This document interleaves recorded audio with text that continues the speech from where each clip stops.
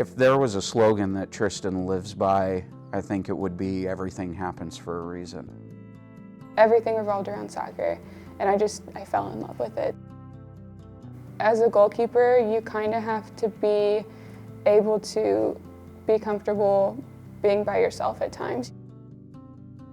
At the end of the day, you're kind of on your own little island sometimes, and you have to be willing to, reflect on where you're at, what you're doing, and I think, sometimes taking the path less traveled by and being okay with that and being comfortable and confident in doing that.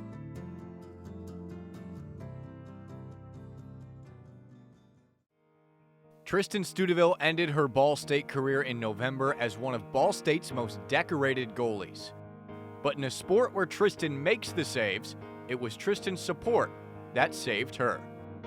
A lot of stuff has happened from the time she was 9 years old to the time she first arrived at Ball State, and it was absolutely not what either of us expected, but she's had a great support system around her to help her stay on track with what it was that she said that she always wanted to do.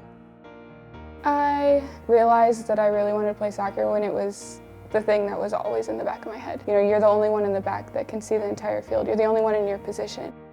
After falling in love with the sport, her journey and passion were influenced by 3 individuals. One of my best friends lived on the premise of giving back in whatever way she could. Corey and I met when we were about 8 years old.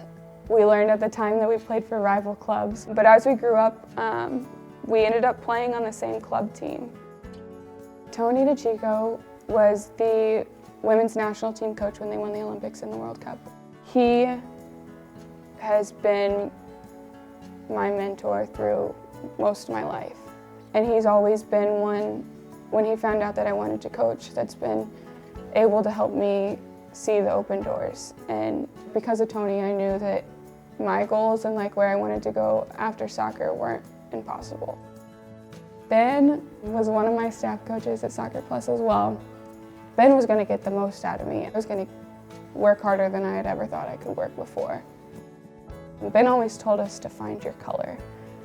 Have a color, find your color, don't be beige. That always stuck with me. On the field, her career was starting to blossom as college coaches took note. But off the field, life was about to deliver the first strike.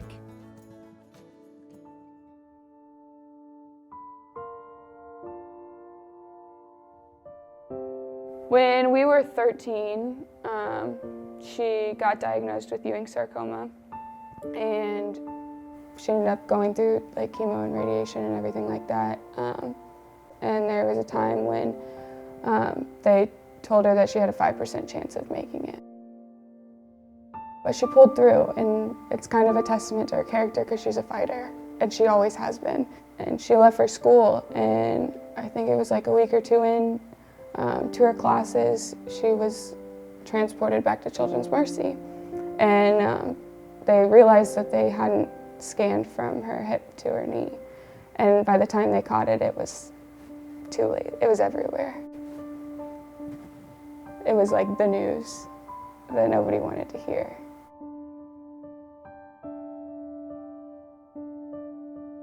My senior year of high school, Corey passed away. I didn't really know what to do. I mean, here was this person that has always been the strongest person I know, the most caring person I know, the one person that would literally do anything for anybody at any time. I heard the car pull up in the driveway, walked down the stairs, and she just walked up and hugged me and just melted. And it was like the day before her college signing day, and it was horrible. 24 hours later, Tristin signed to play soccer at St. Louis University. But less than a year into college, life fired its second blow. Ben asked me to try SLU and give it a shot. Ben is somebody I want to coach like, I want to be like Ben. I wanted to learn from him as a coach. My sophomore year, Ben passed away as well. I knew with Ben's situation that he had been battling for a while. My coach at the time knew Ben really well. And so if Ben hadn't put me in that position, I wouldn't have had anybody. Her first experience in college was completely the opposite of what her expectation was. Seeking a new school and honoring Corey and Ben, Tristin transferred to Ball State. But after her first year in Muncie, life dealt a third shot. And in June, I woke up to a text from one of the clubs I work with, one of the coaches that I work with, saying, "I'm so sorry to hear about Tony." Former U.S. women's soccer coach Tony DeChico has passed away after battling cancer.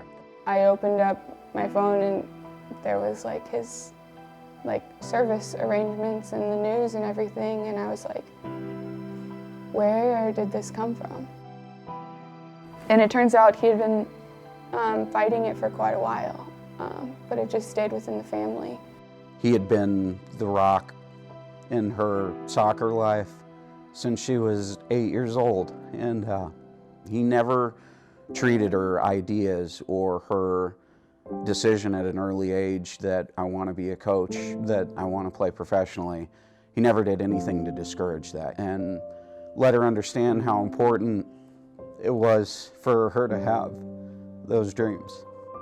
He was somebody that I aspired to be even a fraction of, and sorry.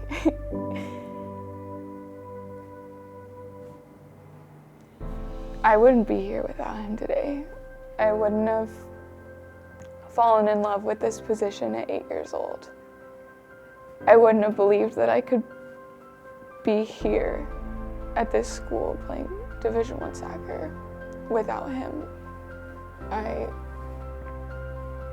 wouldn't have even known it was possible. In her 4 years at Ball State, Tristin played over 3,700 minutes in 41 games. One into the box, punched out by Stuteville once again. She became the winningest goalkeeper in school history with 37 victories, while her career save percentage of 82% ranks among the league's best. In front of Stuteville. Who gets there first? Stuteville does. On the journey, Corey, Ben, and Tony were with her through it all. With Corey, she really opened my eyes to how much you can actually do for the people around you, and the importance of being selfless. With Ben made it okay for me to be me. Ben made it okay for me to want to coach and to be as passionate as I am about coaching. So they've all made her a hard worker and made her dedicated and made her committed and compassionate and grateful. The word proud doesn't cover how I feel about her. She's consistently blowing me away in everything she's done in her life. They were always trying to brighten somebody else's day. They're always trying to just help and be the best they could be and help others be the best they can be. For me, I don't think any good comes from being negative. I don't know where it comes from sometimes. I don't know what I did good in my life to have had the privilege to have her as my daughter. We'll forget some of the soccer games. We'll forget some of the wins. We'll forget the losses. What I won't forget is her becoming who she always said she wanted to be. I think right now I'm somebody who really wants to see the people around them succeed. I want to see everybody reach their potential and do what they want to do. Right now I'm someone who kind of has an idea of of where they want to go next, and it's just putting the pieces together to get there.